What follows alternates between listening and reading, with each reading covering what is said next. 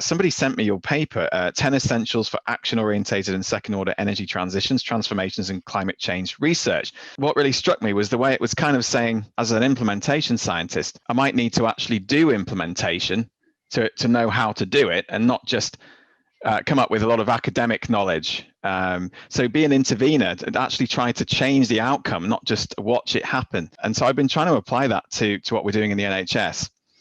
Would you like to kind of talk about that a bit more? Yeah, sure. Yeah, I mean, I think that that paper was stimulated by this recognition that we need deep systemic changes if we're going to address things like climate change or 21st century challenges, however you want to define them. But so that was the beginning point of it.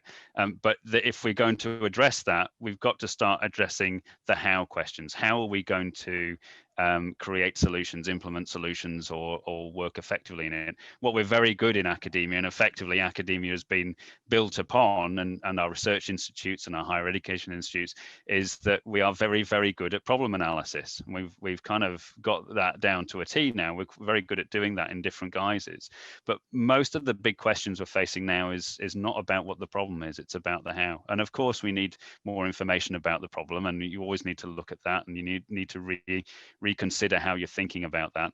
But ultimately, we really have to get to that how, and that how-to knowledge will not necessarily be driven by the same methods that we've got that have been created the last 300 years in scientific and technological advance that give us that strength in the problem analysis.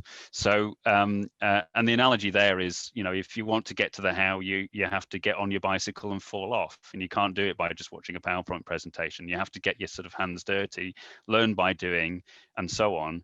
And that's a real fundamental challenge to much of the assumptions underpinning our mode of science and research that we have at the moment, which is, no, you should not get involved in the intervention.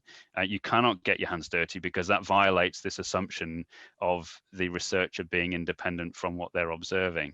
So that's where it becomes a bit of a fundamental challenge, because our whole scientific basis and our institutions are set up and predicated on that underlying assumption of observer independence. And if you look at most institutes, in the US in the 60s and 70s, research institutes were developed specifically to be separate from practice.